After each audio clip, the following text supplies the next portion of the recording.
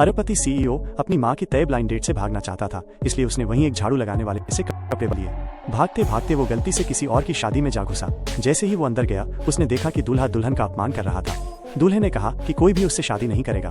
तभी सीईओ आगे बढ़ा, ठंडी आवाज में बोला कि वो उससे शादी करने को तैयार है और फुसफुसाकर बोला कि वो सिर्फ मदद करने आया है। दूल्हे ने हंसकर मजाक उड़ाया और कहा कि वो कभी किसी अजनबी से शादी नहीं करेगी। बिना झिझक औरत ने सीईओ की कॉलर पकड़ी और सबके सामने उसे चूम लिया।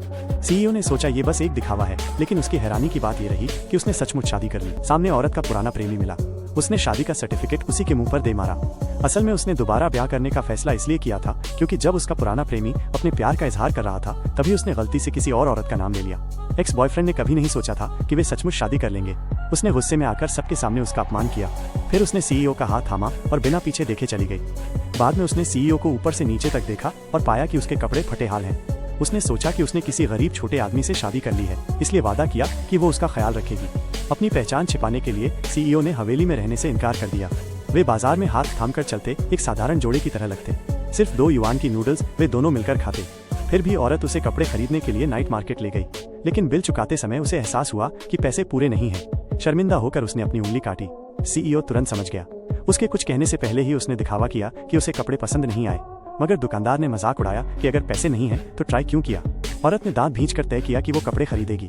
उसने बैग से जेड का लॉकेट निकाला और अनिच्छा से दुकानदार को दे दिया। जाने से पहले उसने पीछे मुड़कर लॉकेट को आखिरी बार देखा। सीईओ समझ गया कि वो उसके लिए बहुत कीमती था। जब उसे पता चला कि ये उसके पिता की यादगार थी, तो वो स्तब्ध रह गया। जो कहानी ब्लाइंड डेट से बचने से शुरू हुई थी, उसने इस दयालु और मजबूत औरत से मिलवाया जिसने उसका दिल जीत लिया। जैसे ही उनकी जिंदगी सुकून भरी होने लगी, अगले दिन अचानक औरत को नौकरी से निकाल दिया गया और इसके पीछे वही घटिया आदमी था। उसे बारिश में भीगा देख सीईओ का दिल टूट गया। उसने असिस्टेंट से अपनी कंपनी में उसके लिए इंटरव्यू का इंतजाम कराया। जब वो ऑफिस पहुंची, उसने देखा कि इंटरव्यू हॉल में प्रतियोगियों की भीड़ थी और उसने मन ही मन प्रार्थना की कि उसे ये नौकरी मिल जाए। लेकिन इंटरव्यू के दौरान एचआर मैनेजर ने उसकी कम पढ़ाई को लेकर नीचा दिखाया और मजाक उड़ाया कि एक जूनियर कॉलेज की डिग्री लेकर नौकरी ढूंढने आई है। औरत ने तुरंत जवाब दिया कि भले उसकी पढ़ाई ज्यादा ना हो, लेकिन उसके पास 7-8 साल का अनुभव है और अगर कंपनी ने उसका रेज्यूमे चुना है तो इसका मतलब है कि वे उसकी काबिलियत मानते हैं। लेकिन मैनेजर लगातार नीचा दिखाता रहा और बोला कि एक उम्र दराज औरत सिर्फ सफाई के लायक है। पहले ही इंटरव्यू में वो बुरी तरह अपमानित हुई और हतप्रभ रह गई। एक दिन पहले तक वो सोच रही थी कि वो परिवार का सहारा बनेगी, लेकिन कठोर हकीकत उसकी सोच से कहीं ज्यादा भारी पड़ी। और तभी अचानक सीईओ कंपनी में आ पहुंचा।